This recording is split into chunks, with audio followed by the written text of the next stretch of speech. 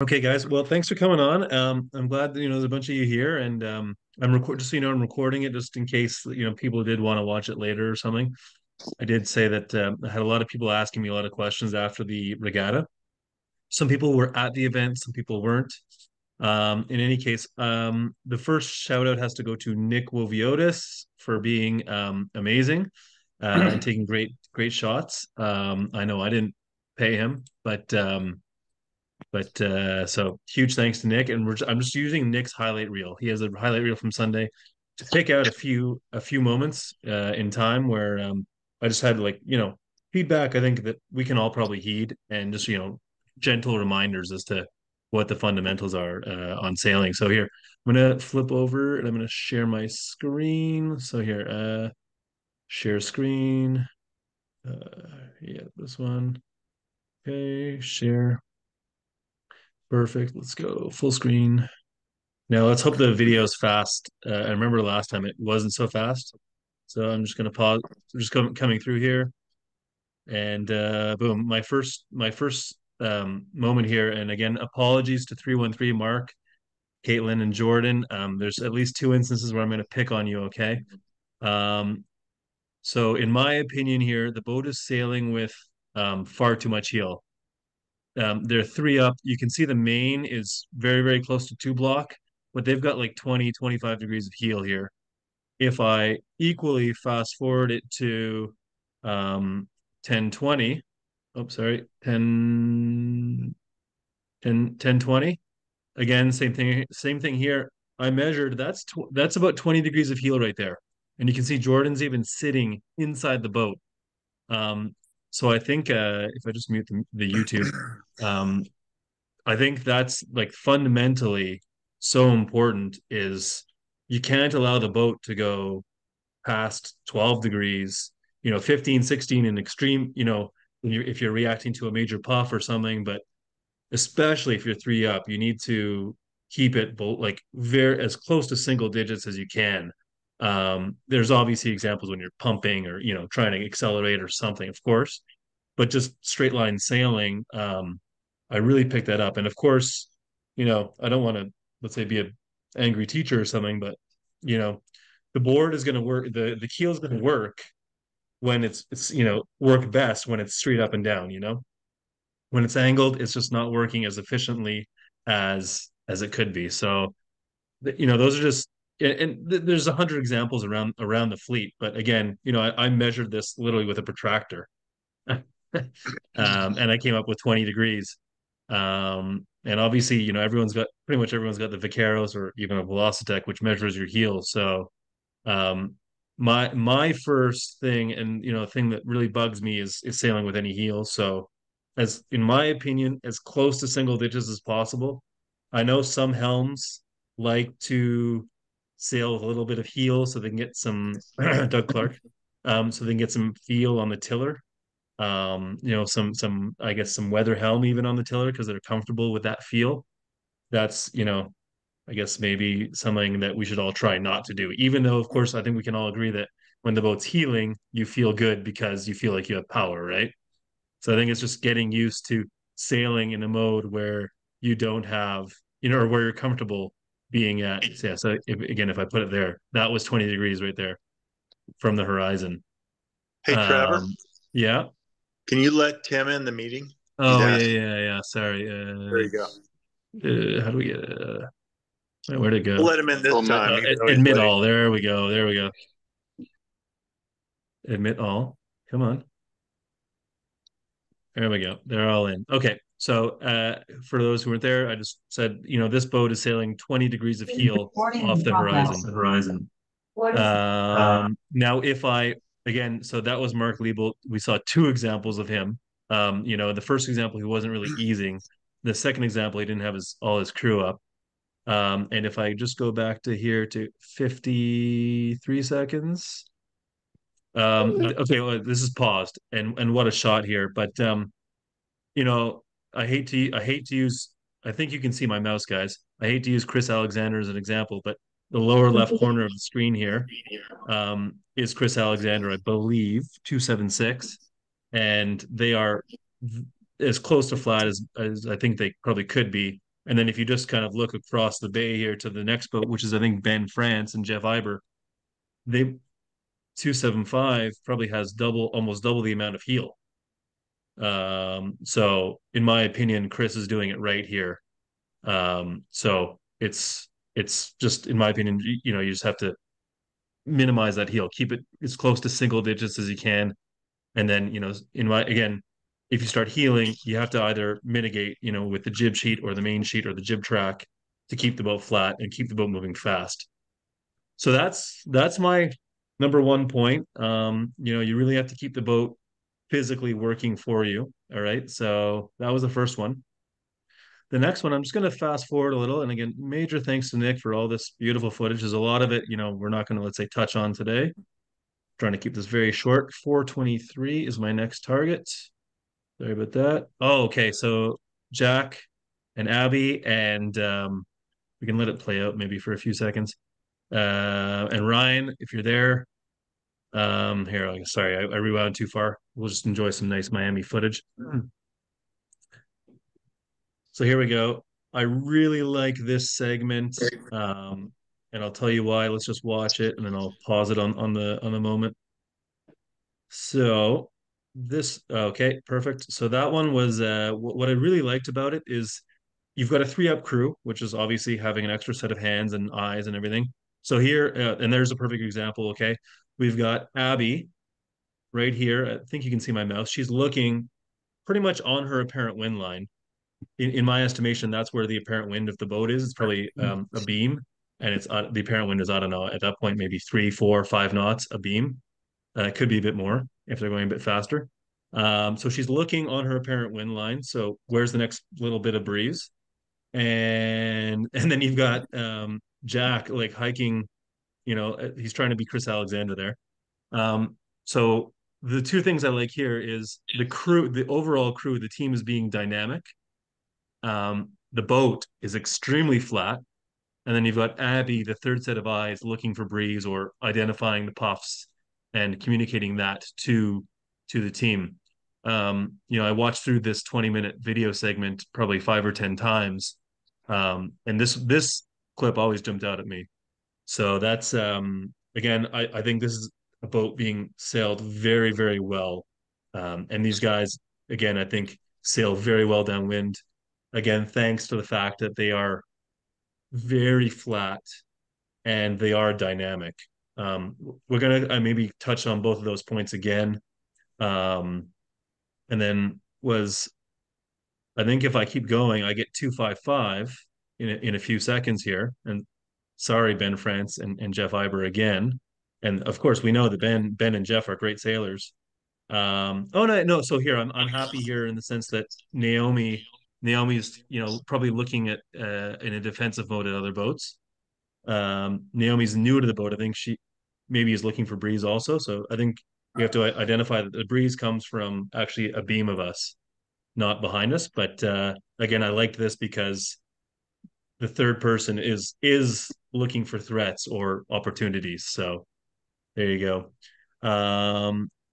On the same ilk of downwind and downwind techniques and Trevor, can I interrupt for a second? Yeah, of course. Think there was, this is it. Actually, there was on a 2-boat team, actually, I think there was a lovely shot of Kelly and Hayden moding this and this is pretty much classical. They thought this was exceptional. The way the two were moving was textbook. Yep, and believe it or not, Dr. John, this is this is my next clip. It's to show a 2-up team. They're moded a bit different than the other 2 boats who are 3-up, but you can see they're a little further forward in my opinion, and that's probably okay because they don't the boat's just sitting a little higher in the water, obviously, because they're probably less than 400 or much less than 400 pounds, I guess. So if we play this one, I hope you can all see it. What I like here is as the camera pans over to Hayden, he hikes hard, so does Kelly. Then Hayden moves forward because he identifies the bow should go down. He moves back. Kelly's, in and out and forward and back. So that's a really nice example of a boat, of a crew, a team being dynamic. And Dr. John, you're not without your moment of fame here. I also thought this was a great example because the boat is very flat in general. Obviously, you're going to load up on a wave in here and there. And again, sorry, I paused it. Yeah, decent jibe and everything. So again, the what I'm trying to, I guess, get to here is that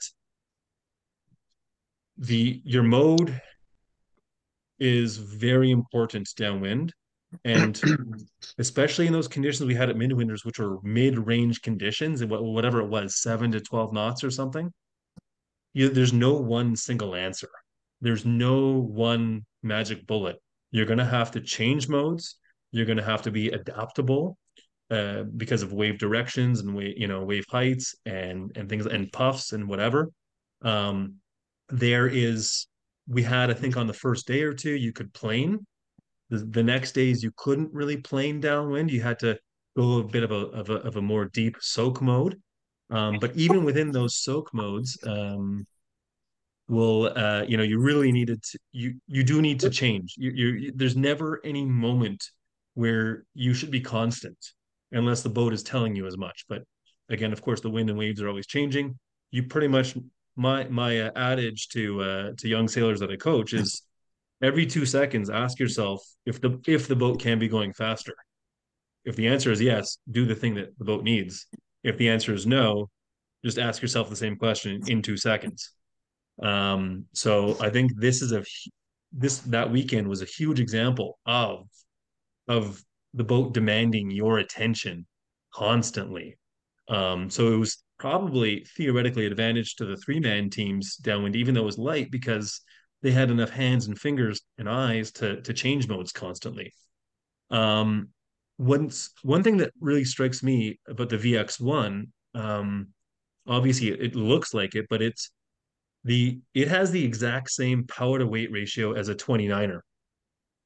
And obviously that's where I come from. But the 29er was designed in 1998 with a very specific ratio, power to weight ratio in mind that allows heavy crews and light crews to participate in both displacement and planing modes interchangeably.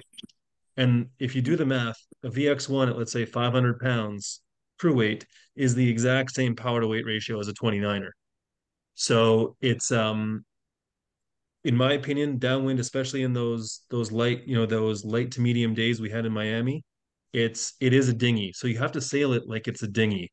And we see a lot of obviously amazing examples of that. And I just want to then equally, again, I don't want to be picking on anyone or making anyone feel bad. I just want to use examples just so people who maybe weren't there can really see. If I hit play here, I'm looking for 11:03 on the clock, I think. So that was Kelly and Hayden. We already talked about them doing a nice job. Here I see Jake and Devin kind of just sitting there. And and then I, I think maybe my Zoom screen's in the way. And then also, in my opinion, their leech is way stood up, so there's no twist on the leech, and then the boom might be a little too far out. I'm not picking on you guys. Sorry. I just wanted to give an example of where the boat is not being sailed dynamically. Where, again, the designer, in my opinion, clearly thought about this in terms of how he designed the boat to allow for crews to really work the boat downwind, especially in a bit of chop. So the message here, in my opinion, being flat down. Again, if you look at Hayden and Kelly there, they're very, very flat. So in my opinion, heel downwind is equally, if not more, damaging than upwind. And then of course, you have to be able to change modes and gears, and then, you know, that's the message here. And I'm just gonna hit on that point once more. 12:58 is computer's saying this is too much computing power. At 12:58 here. Okay, here we go. I've got Chris Alexander. What I can see here, and it's a very short clip, and I'll replay it because it looks like an awful quality. I can see his leech is very twisted. Obviously, this is downwind. He's got a huge amount of leech twist, which I almost think is too much. But what I see in the clip is is he's actually, well, of course he's holding it in the clip, and I'm gonna have to rewind. He's coming in and out a few times on the main sheet. So even though he's got a very loose leech, he's exercising the leech. And obviously, Chris has so much experience. Everything he did there is by design, I believe. I just wanted to point out that he had a much softer leech, but he was being dynamic on the main sheet, and I can maybe pull it up if people don't believe me. But the main sheet was coming in and out a few times within about 3 or 4 seconds, just on my point of being dynamic and using the tools at hand to make the boat drive through the waves. Um, that is, how do I say, my 3 points. One point was upwind heel, one point was downwind heel, and then the third point was downwind, like, what I call modes. And I believe, and again, if you use 222 as an example, those guys killed downwinds. Um, and again, because they were very flat and sail really moded, really good at working the boat through the waves, accelerating when you need to, going deeper when you need to. Um, so that actually, believe it or not, conclude. I don't want to go any deeper because we're almost even through 30 minutes. So but what I did do is I gave my good friend John Porter a call earlier in the day, and I said, "Hey John, what are your 2 points?" And his what he had said here, I'm just gonna let this play so you can look at some sailing porn. Um, he said, like, upwind driving around chop. So he was really looking most of the time at the water to, I guess, either drive around chop, drive around weeds, just to again keep the boat moving through the water. And what he said was he was looking at the jib maybe 30% of the time, and then 5% of the time at the instrument. And then I assume the other 5% would have been at other boats or around the race course. But he was mostly looking at the waves upwind in front of his bow. All right. And his second point was avoid high risk maneuvers. You might see some moments where we get to a windward mark and people are tacking in the three length zone. I think that was maybe he was, and I think even I did that with John. So sorry. Just avoid. He made a great analogy. And if you're Tiger Woods or Doug Clark, you can go for those high risk shots where you try and hole it. But if you're mortals like everyone else, make a percentage play, make a safe play, a conservative play. And I think we saw a few instances where boats either attacked in that three length zone and either had to go to the protest room and swallow 10 or 30 points, or obviously spin and then lose a few more, a bunch of points. So um, that was John right there. Those are his points. Any of you guys can chime in now if you want. I think you can all unmute if you want. And I'm just going to pull up one more spot since we have 2 or 3 more minutes. But go ahead and ask questions. Any questions to the whole room, guys, because you have a couple of pretty smart sailors here, me excluded, of course. Hey, Trevor, this is John. Uh, Can you hear Go me? ahead.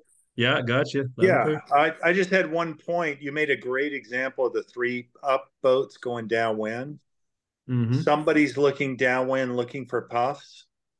You might describe in the two up boats, that's got to be the helmsman. The helmsman's got to take some time to look back and find the pressure. And he's got to even rely more on the crew to tell him if he's hot, cold, he needs to head up, heat the boat up, whatever. So he's got Yep. to rely on the crew. You're absolutely right. Yeah. So on a two-man team, the sheet hand should be looking only at the spinnaker, and maybe a few, just the one or two waves periodically in front of you, but only spinnaker, and the helm should be looking around. On the three-man teams, you obviously have a little more flexibility, but again, the guy on the sheet or the girl on the sheet should be looking at the kite. The other two can look around. Yeah, great point, John. Appreciate it. Very good. We could go on for hours, I'm sure, on technique. Oh, you know what? This reminds me. Sorry, there was one other thing I wanted to bring up because again, I got a lot of questions about this during and after the regatta. Um, can you guys see my WhatsApp screen now? Has the screen changed? No. No? Okay. I'm just gonna stop share there. Share screen again. 1 second. I'm just going to WhatsApp here. Share. Okay. These are pictures from Mr. Porter. Thank you very much, John. Okay, and I think you can see it now.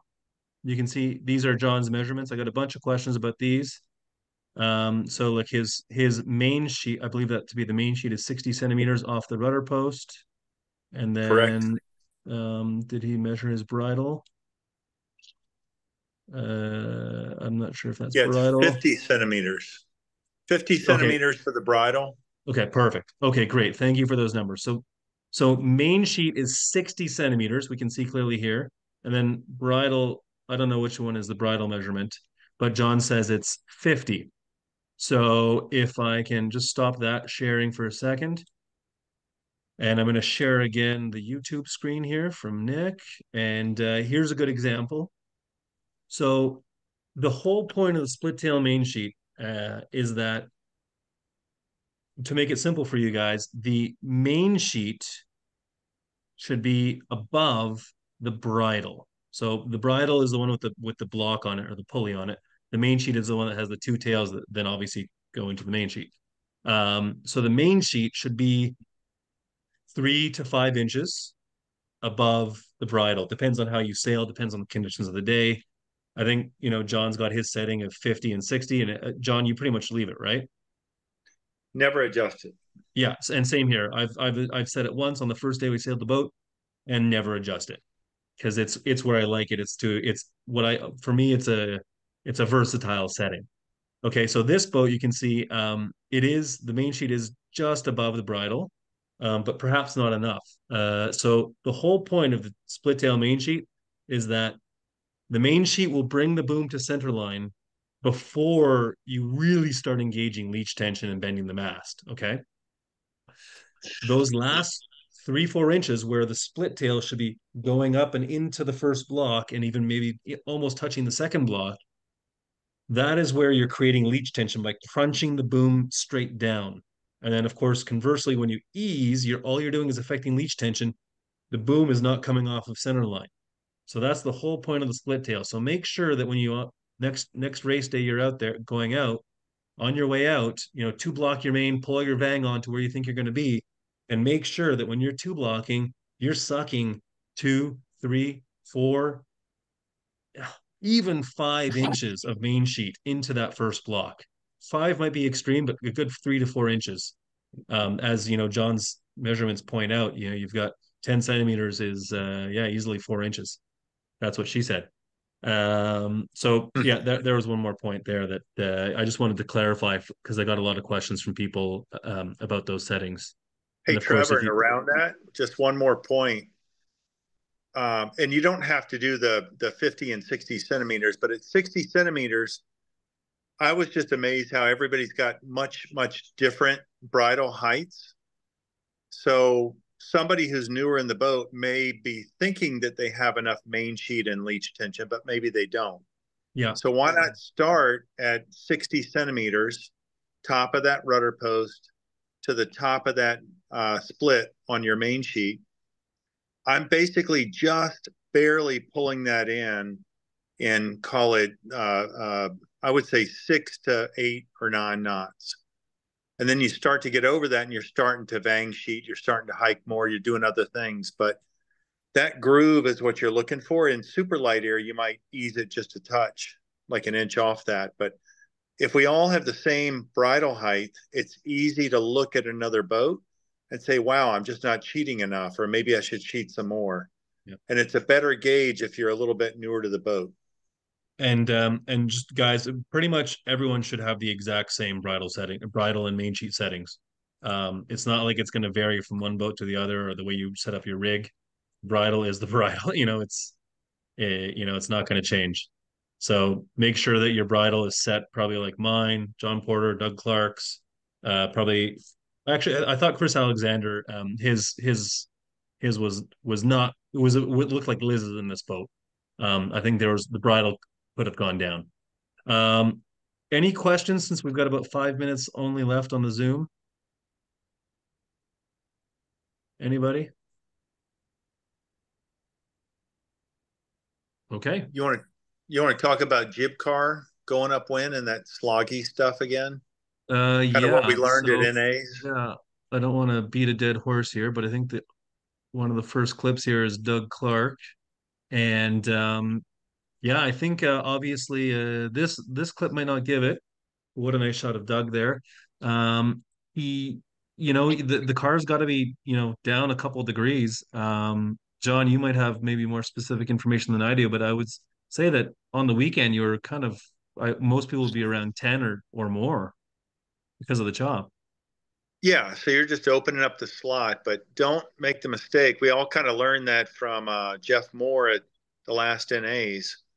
Don't make the mistake of just easing the sheet an inch or two because you're just opening up the top of the leach too much. Yeah. I Yeah. So think the car only, trick you think, is right? maybe it's a quarter inch out on the sheet. It's just a minute amount, but you're really playing the car a lot more. Yeah. Um, okay. Yeah, no, you're totally right. And if, for those who weren't there, Jeff Moore, who won, he had a very tight sheet, almost two blocked his sheet, and then his car would actually be quite far out. So that's kind of, so that means he stood up his leach, but kept a nice open slot. Yep. There was one other video. I didn't, I stupidly didn't write down the time, but it was a gate mark. And since we're here and since nobody wants to ask questions, I just thought I'd mention one more thing. No, that's not a gate. Miami is a city or a place where a venue where hitting sides tends to pay off. Obviously, hitting the right side really pays off, or the correct side. So there was a gate mark I wanted to show where, you know, in my opinion, and you would never do this perhaps in a Cleveland fleet. I can't find the clip, of course. I didn't write it down. Um, Miami's a place where it's okay to maybe cross the fleet on the gate. In a big fleet, you want to come in from the outside and round the mark that you're on the side of. But Miami, you could probably send it across a gate, and again, just try to avoid traffic, and then pick yourself into a side. But here, this might be it. Oh yeah, this is it. So you might see here some boats doing some wacky things. Trevor, can I interrupt you Um, real quick? yeah. There's a different video of that leeward gate at normal speed because that clip is speed up 1,000 times. So there's Okay. Let me another see link if. for just the gate rounding. Yeah. So let me see if I can D full screen. Go back to and guys, I spent a few days analyzing these videos. Nick here has put up a real coaching library for those that want to analyze a bit, and there's lots of Cleveland footage. So yeah, it's now Nick. Do you know which one it was? Drone Uh, coach. yeah, because I think there was only one leeward gate I took on Sunday, so that's got to be it. Leeward Yeah, gate. 12 days Okay. ago. All right. Let's take a peek. I think you guys can still see this, right? So what I'm seeing here is this guy has crossed over and he's trying to lay it. I think in this fleet, it was just at the 30 boats or something. Coming out of the gate with a little bit less traffic really helps. And then with that, then being able to identify quickly if you're on the lifted or knocked tack, and if so, tacking Huh. shortly after the gate. That was me and Paul. Yeah, looked a bit ugly, but I mean, I think the sped up version is better, Nick. These boats are slow as molasses. Um, yeah. So, but the only thing I was trying to say here is, when we look at Florida States and Bacardi, the conditions are probably going to be somewhere about the same, 10, 12 knots, southeast-ish, maybe easterly. And, it's like coming out of the side's going to really, really pay off because we're going to be 35 plus boats. So what I'm trying to say here is your setup, you know, your gate mark is setting you up for the first half of your beat, your next beat, right? So making sure that so here and again, if you look at us Pro Safari here, this is I think we were intending to go here, but I think what we saw was less bad air over here. So we did what I would never counsel anyone to do this in most places, but here it made sense because A, it allowed us to just get free, and B, it just there was less traffic, so Bro Safari crossed the gate. So, which is, you would have heard many other debriefs previously saying, do what this white boat does. 222, of course. So come in, make a U-turn. That's the winning play.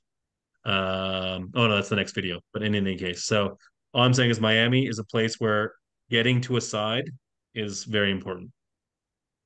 So that's it. I think we've got 2 minutes left. So no questions. Perfect. Trevor, can you repeat the relationship between the split tail on the main sheet and the block bridle? You said the two should be. Yeah, John was saying so 60 centimeters for the split tail, and then the block bridle, you want that 3 to 5 inches yeah, so I'm below. just going back here to John Porter's pictures. Okay. Let's see. There we go. Come on, share. So if you look at this, so the bridle, I can't see it in this picture. No, Where that's the is it? split tail. That's the split tail. Let's see, where's it? Okay, here That's we the go. So bridle. look, Okay. okay, Yeah. so his bridle, so he calls it 50 centimeters because that's where the splice is. I don't know if you can see the screen as well as I can. I would actually call this 53 or 4 centimeters because the bearing point of the block is at 53 and a half or 54 centimeters. And if you remember, we showed that come on, load. This main sheet tails are at 60. So he actually has about 6 centimeters or 3 inches of the main sheet going into the first block. That's probably enough. I think I sail with more than that, so I can get more crunch on the leech if I want. It's really not coming up. But yeah, so here, yeah, 60 centimeters is a split tail, and this one shows, in my opinion, 53 or 54 centimeters, the bearing point of the first block. Okay.